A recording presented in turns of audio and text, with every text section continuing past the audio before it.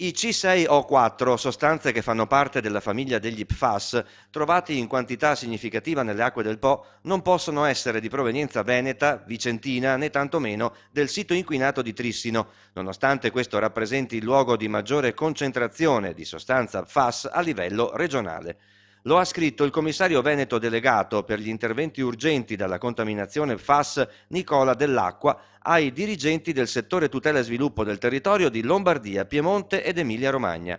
In assenza di limiti nazionali sulla concentrazione di PFAS nell'acqua, il dirigente veneto ha fatto suonare un campanello d'allarme nelle regioni a monte del tratto veneto del fiume Po.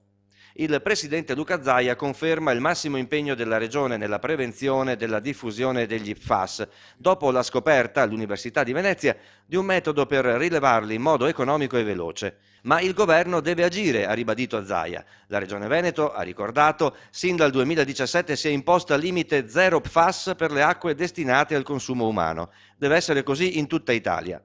E che questa sia l'unica maniera per fermare il rischio inquinamento sono pienamente d'accordo le mamme e i genitori no PFAS vicentini. I limiti nazionali dovranno prevedere anche il controllo serrato degli sversamenti industriali nelle discariche e nei fiumi e nelle acque, nelle acque fognarie, perché sappiamo che i depuratori non riescono a trattare queste sostanze.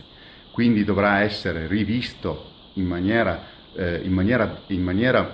profonda e in modo assolutamente innovativo il processo produttivo di queste sostanze e l'utilizzo di queste sostanze in tutti i campi.